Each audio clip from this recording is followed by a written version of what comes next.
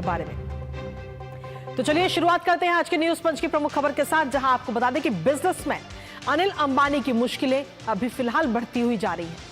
मुंबई में ईडी के बाद अब सीबीआई ने भी उनकी कई जगहों पर रेड मारी। आपको बता दें कि सीबीआई की टीमें आज मुंबई में कई जगहों पर छापेमारी कर रही हैं और ये सर्च ऑपरेशन रिलायंस कम्युनिकेशन और अनिल अंबानी से जुड़े ठिकानों पर चल रहा है। ये मामला 2017 से 2019 के बीच यस बैंक द्वारा अनिल अंबानी से जुड़े रिलायंस ग्रुप की कंपनियों को दिए गए करीब 2000 करोड़ रुपए के लोन से जुड़ा हुआ है। हालांकि अभी कुछ दिन पहले ही बैंक फ्रॉड मामले में ईडी ने अनिल अंबानी को पूछताछ के लिए भी बुलाया था और उस दौरान अनिल अंबानी से ईडी ने नई दिल्ली स्थित अपने मुख्यालय पर 17,000 करोड़ रुपए के बैंक लोन घोटाले को लेकर कई घंटे पूछताछ की थी।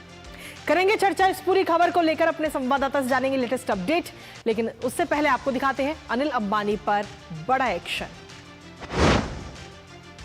तो अनिल अंबानी पर यह बड़ा एक्शन इस वक्त लिया गया है। आपको बता दें कि आरकॉम यानी कि रिलायंस कम्युनिकेशन और अनिल अंबानी के खिलाफ सीबीआई की तरफ से ये बड़ी कार्रवाई इस वक्त देखने को मिली है। खासतौर पर कथित बैंक धोखाधड़ी से जुड़ा हुआ ये जो पूरा मामला है 2017 से लेकर 2019 के बीच का ये मामला, जिसमें ये कार्रवाई की गई है। सीबीआई की टीमों ने ताबड़तोड़ छापेमारी की है, जो उनके ऑफिस हैं, घर हैं, वहां पर ये छापेमारी इस वक्त की गई है और लगभग बताया जा रहा है कि 7 ठिकानों पर ये रेड इस वक्त सीबीआई की तरफ से की गई है और ये अभी भी चल रही है। और खासतौर पर इसमें आपको बता दें कि 2000 करोड़ रुपए के नुकसान से जुड़ा हुआ ये पूरा मामला है, जिसमें ये कार्रवाई सीबीआई की तरफ से की गई। इस पूरे मामले में आपको बता दें कि एसबीआई को काफी नुकसान हुआ था, काफी बड़ा नुकसान उस वक्त एसबीआई को हुआ था इस मामले में, जिसमें ये पूरी जांच अब चल रही है। इसके साथ ही आपको बता दें कि फंड डाइवर्जन, गलत लेखा जोखा के आरोपों की जांच इस वक्त चल रही है। अनिल अंबानी के ऊपर कई सारे गंभीर आरोप हैं। इसके साथ ही आरकॉम यानी कि रिलायंस कम्युनिकेशन की जो सहयोगी कंपनियां हैं, उन पर भी हेराफेरी के आरोप है। फिलहाल सीबीआई इस पूरे मामले में लगातार जांच कर रही है। इसके साथ ही अनिल अंबानी और उनकी कंपनी पर क्या कुछ बड़े आरोप हैं, एक नजर उस पर डालते हैं। कुल मिलाकर देखें तो वित्तीय और कानूनी दावपेच में इस वक्त अनिल अंबानी फंसते हुए नजर आ रहे हैं। अनिल अंबानी के जो दिवालियापन की कार्रवाई अभी भी जारी है। एसबीआई ने उद्योगपति और रिलायंस कम्युनिकेशन आरकॉम को फ्रॉड बताया था। एसबीआई की तरफ से ये काम किया गया था और एसबीआई ने कमेंट किया था, जिसके बाद में कंपनी ने 31,580 करोड़ रुपए के लोन का गलत इस्तेमाल किया, ये उनके ऊपर बात आरोप कहा गया। इसके साथ ही आपको बता दें कि करीब 13,000 करोड़ रुपए से ज्यादा की दूसरी कंपनियों के लोन चुकाने में भी खर्च किए गए हैं, ये भी आरोप उनके ऊपर लगा हुआ है।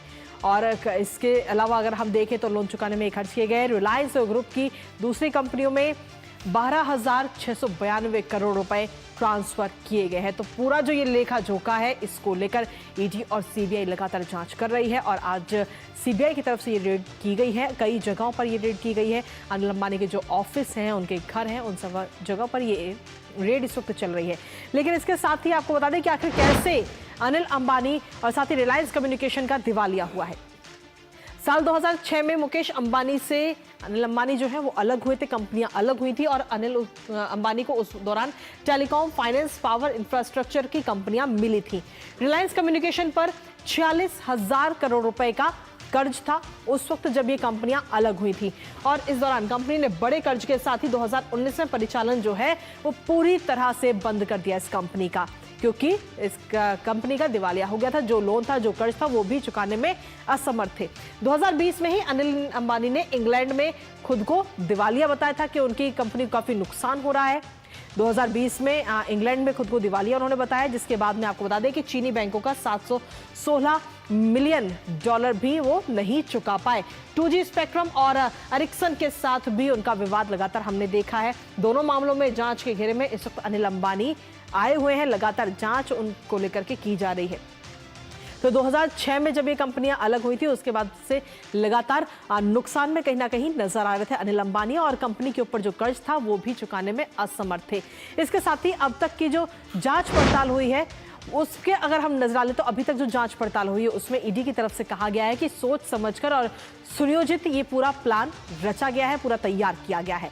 इसके साथ ही ईडी ने और भी कई बातें कही, कहा कि जांच में कई गड़बड़ियां भी सामने आई हैं। ईडी की तरफ से जो लगातार इस पूरे मामले को लेकर जांच चल रही है। ईडी ने कहा कि बैंक, शेयर होल्डर्स, निवेशकों को गलत जानकारी अनिल अंबानी की तरफ से प्रोवाइड कराई गई है। अनिल अंबानी ने गलत जानकारी इन सभी को दी है। सार्वजनिक संस्थानों को भी झूठ बोलकर उनसे भी पैसे हड़पे हैं, ये भी आरोप ईडी की तरफ से लगाया गया। इसके साथ ही ईडी ने कहा कि कमजोर या फिर बिना वेरिफिकेशन वाली कंपनियों को लोन दिया गया। कई कंपनियों में एक ही डायरेक्टर और एड्रेस का इस्तेमाल हुआ है। इन सभी कंपनियों में जो पूरा लेन देन का, ये जो पूरा धोखाधड़ी का मामला सामने आया, लोन से जुड़े हुए जो जरूरी दस्तावेज हैं वो भी उपलब्ध नहीं। इसके साथ ही फर्जी कंपनियों में पैसे ट्रांसफर किए गए और पुराने लोन चुकाने के लिए नए लोन लिए गए। ये तमाम बातें ईडी की तरफ से कही गई। हमारे साथ हमारे सहयोगी योगेश शीतल इस वक्त जुड़ रहे हैं मुंबई से, सीधा उनका रुख करते हैं ताजा अपडेट के लिए। योगेश, क्या कुछ ताजा अपडेट है आपके पास में इस पूरे मामले को लेकर जो रेड इस वक्त सीबीआई की तरफ से चल रही है? कृतिका, देखिए, जो कफ पैरेड है वहाँ पे सिविन, जहाँ पे उनका निवास स्थान है, वहाँ पे सुबह 7 बजे 6 से 7 सीबीआई अधिकारी देखे गए थे और वो वहाँ पे जाके वहाँ से जो रेड शुरू हुआ है उसके साथ साथ जो सीबीआई की जो सूत्र बता रहे हैं, क्योंकि अभी सीबीआई की तरफ से आधिकारिक तौर पर जो है कुछ नहीं कहा गया इस मामले में। उम्मीद की जा रही है कि जब रेड पूरा खत्म हो जाएगा तो उसके बाद जो है सीबीआई की तरफ से आधिकारिक तौर पर वक्तव्य या प्रेस रिलीज जो है वो जारी किया जाएगा और मीडिया को बताया जाएगा क्या क्या रेड में जो मीडिया को बताने लायक सूचना है वो दी जाएगी। तो कुल मिलाकर अभी जो है वो रेड अभी भी चल रहा है, जो ठिकाने उस पर चल रहा है, जैसा कि आपने काफी कॉम्प्रिहेंसिवली बताया कि किस तरीके के मामले हैं। देखिए, सेबी इन्वॉल्व है। सेबी चूंकि 2024 में सेबी ने रिस्ट्रिक्ट किया था इनको 5 साल के लिए और उसके बाद इम्पोज पेनल्टी भी इम्पोज की गई थी। इसके अलावा अगर आप देखें तो 5 तारीख को जब ईडी ने जो पूछताछ की थी जो प्रवर्तन निदेशालय ने, क्योंकि अगर आप एक बार मामले की अगर पृष्ठभूमि देखेंगे तो बेसिकली ये है कि कुछ शेल कंपनीज में पैसे डाले गए। इसके अलावा जो जैसे रिलायंस हाउसिंग है या फिर रिलायंस कमर्शियल है, तो इसमें भी पैसे के डाला गया जो कि गलत तरीके से डाला गया। फंड का डायवर्जन जो है वो जनरली जो मनी लॉन्ड्रिंग केस में जो धन शोधन का मामला है जिसका आधार पर पूरा का पूरा एक्ट बना था, उसको लेकर जो है ये पूरा मामला धन शोधन से जुड़ा हुआ है।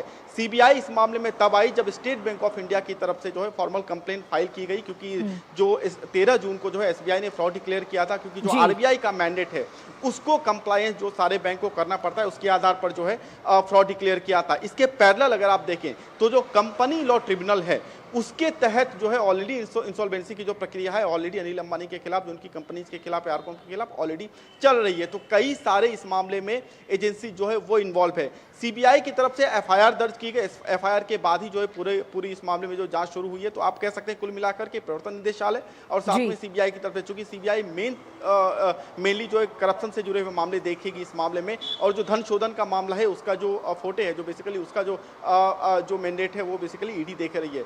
कुल मिलाकर अभी का जो ताजा अपडेट है कि छापेमारी चल रही है मुंबई में, कई ठिकानों पर छापेमारी है। इसके अलावा पहले 34 ठिकानों पर 34 से ज्यादा जो लोकेशंस थे वहां पे प्रवर्तन निदेशालय ने ऑलरेडी छापेमारी की थी, जिसके आधार पर दस्तावेज आए थे। हालांकि जब अनिल अंबानी ने उनसे 10 दिन की मोहलत मांगी कि 10 दिन में वो दस्तावेज देंगे ईडी को, ईडी कन्विंस नहीं हुई और लुक आउट सर्कुलर जो है एलओसी वो भी इशू किया गया है ताकि वो देश से बाहर नहीं जाए। तो कुल मिलाकर इस मामले में अभी तक कितना डेवलपमेंट है जी।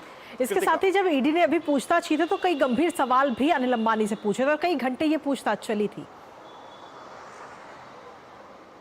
देखिए, जो कंपनीज में चीजें गई है, जैसा कि आपने एंकर में भी सही से कहा कि जो कंपनीज एक्चुअली हर कंपनी लॉ के तहत जो है कुछ प्रोविजंस होते हैं जिसके तहत कंपनी में डायरेक्टर या फिर कंपनी के जो अलग अलग पोस्ट होते हैं उसको फिल किया जाता है, उसके टर्म एंड कंडीशंस रहते हैं, उसको कॉम्प्रोमाइज किया गया है।